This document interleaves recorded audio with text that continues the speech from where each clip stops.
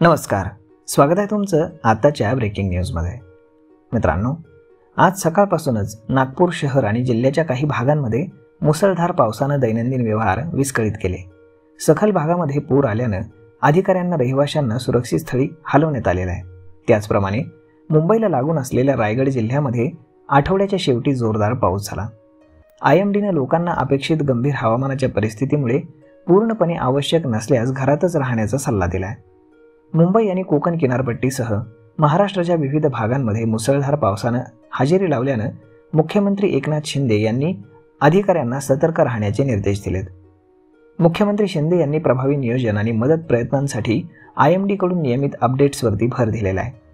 त्यांनी राज्य आपत्ती प्रसिद्ध दल म्हणजेच SDRF आणि स्थानिक प्रशासन, नागरी संस्था आणि पोलिसांना हवामान अंदाजाच्या आधारे आवश्यक कारवाई करण्याचे निर्देश दिलेत।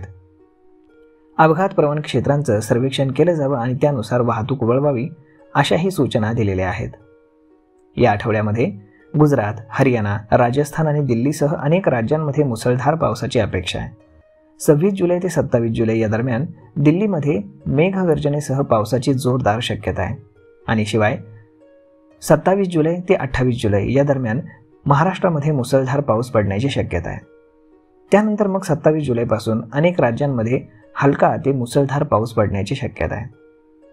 आज सकाळपासून महाराष्ट्र आणि गुजरातच्या काही भागांमध्ये जोरदार पावसाची नोंद झालेली आहे, तर गुजरातमधील पोरबंदरमध्ये मुसळधार पावसामुळे पाणी साचण्याची समस्याही निर्माण झालेली आहे।